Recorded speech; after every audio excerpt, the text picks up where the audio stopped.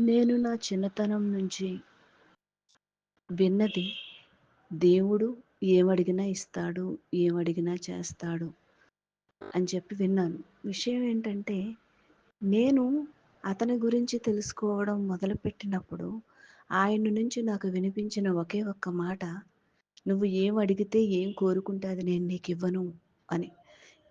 అది అర్థం కాని అయోమయంలో ఉన్నాను. అసలు విషయం ఏంటంటే, అసలు మనం దేవుడికి ఎందుకు పూజ చేస్తున్నాము, ఎందుకు తలుచుకుంటున్నాము, దేన్ని చూసి అతను కావాలనుకుంటున్నాము అనే విషయం ఒక క్లారిటీ రావాలి.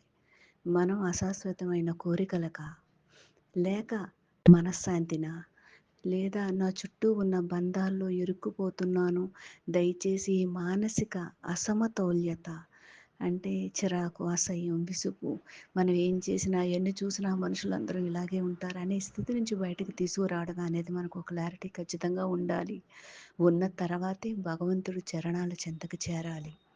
అశాశ్వతమైనవి కోరుకుంటే అది మనకి ఎప్పటికీ అతను ఇవ్వను, ఇవ్వడు చెప్పేశారు. క్లారిటీ వచ్చేసింది దానిలో నాకైతే. ఓం శ్రీ గురు రమణ.